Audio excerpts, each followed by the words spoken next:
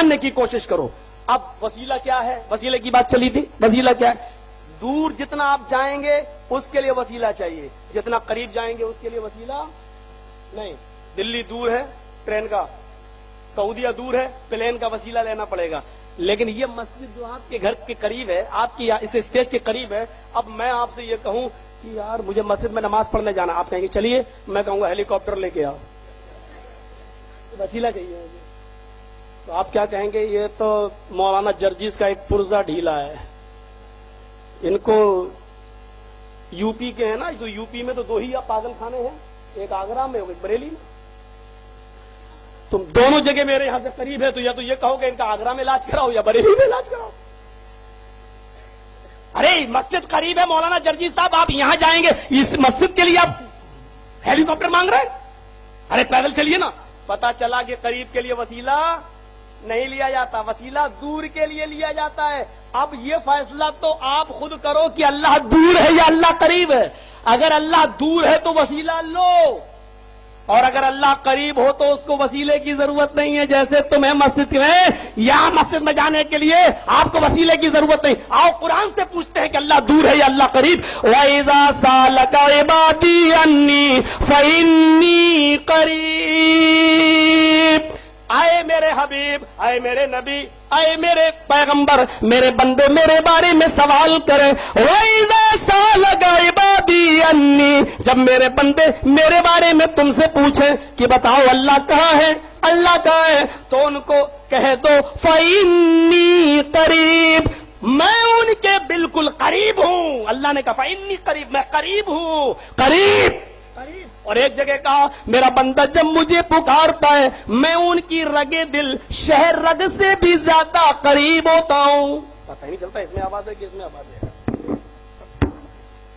ہے. میں اس کی شہر رگ سے زیادہ قریب ہوں.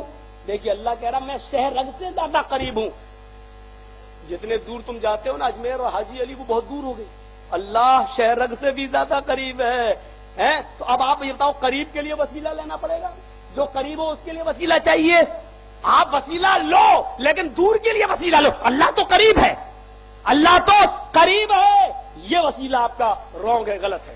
دیکھیے یہ مائک ہے نا, یہ وسیلہ ہے آواز کو دور تک پہنچانے کا. اب کوئی کہے مولانا جرجیز صاحب یہ مائک کیوں لگائے ہو, تو میں یہی کہوں گا کہ دور تک آواز جائے. اچھا اتنے لوگوں میں تمہاری آواز بغیر مائک کے وسیلے کے نہیں جا سکتی ہے, تو اللہ تک بغیر وسیلے کی کیسے چلی جاتی؟ کہہ سکتا ہے نا.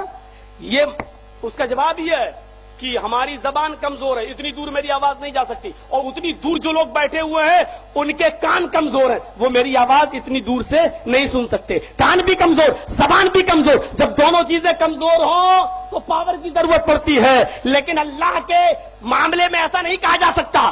ہماری زبان تو کمزور ہے جو اس تک آواز نہیں پہنچ سکتی, لیکن اس کے کان کمزور نہیں ہے کہ وہ ہماری آواز نہ سن سکے. ہمارا عقیدہ جب ہم اللہ کو پکارتے ہیں اور اس سے بیٹا بیٹی مانگتے, چاہے کتنا چپکے سے مانگو. جیسے ابھی ایک دعا مانگنے جا رہا ہوں, میں نے کیا مانگا آپ نے سنا, لیکن میرے رب نے سن لیا, میرے رب نے سن لیا. کیوں؟ آپ کے کان کمزور ہیں, میری آواز نہیں سن سکتے, میری زبان کمزور ہے, میں آپ کو نہیں سنا سکتا. لیکن جب ہم اللہ کو پکارتے ہیں تو عقیدہ یہ ہوتا ہے اے اللہ میری زبان کمزور ہے لیکن تیرے کان کمزور نہیں ہے. تو کالی رات میں, کالے جنگل میں, کالے پہاڑ پر رینگنے والی کالی چیونٹی کی چال کو اور اس کی آہٹ کو, اس کے پیر کے رکھنے کی آواز کو بھی سن لیتا ہے. تو میرے بھائیوں, جو پیر چیونٹی کے پیر کی آہٹ کو سن لے وہ ہماری دعائیں کیوں نہیں سن سکتا؟ اتنی سی بات تمہاری سمجھ میں نہیں آتی ہے. یہ مائک ہے دور تک آواز پہنچانے کا, تو اس سے آپ دور تک آواز پہنچائیں گے, یہی تو وسیلہ ہے نا, دور تک. اب کوئی آدمی کا یار وسیلہ ہے, وسیلہ بس وسیلہ کہ, اور اس کو آنکھ میں لگا کر دیکھیں تو اس کو دکھے گا نہیں دکھے گا. کیوں؟ اس لیے کہ یہ وسیلہ جو ہے وہ آواز کا ہے دور تک پہنچانے کا, تم اس وسیلے کا غلط استعمال کر رہے ہو, آنکھ میں لگا رہے ہو. اگر آپ کو آنکھ کی آپ کی کمزور ہے تو چشمہ لگا کر دیکھو, وہ آنکھ کا وسیلہ ہے. آپ چشمہ لگائیں. اب کوئی چشمے کو منہ میں لگا کے کہے ہیلو ہیلو تو آواز نہیں جائے گی. مائک میں لگا کر دیکھے تو اس کو جو دکھ رہا وہ بھی نہیں دکھے گا. کیوں؟ یہ وسیلہ نہیں ہے. ایسے ہی اللہ تک پہنچنا ہے تو نماز, روزہ, حج, زکات, اعمال صالحہ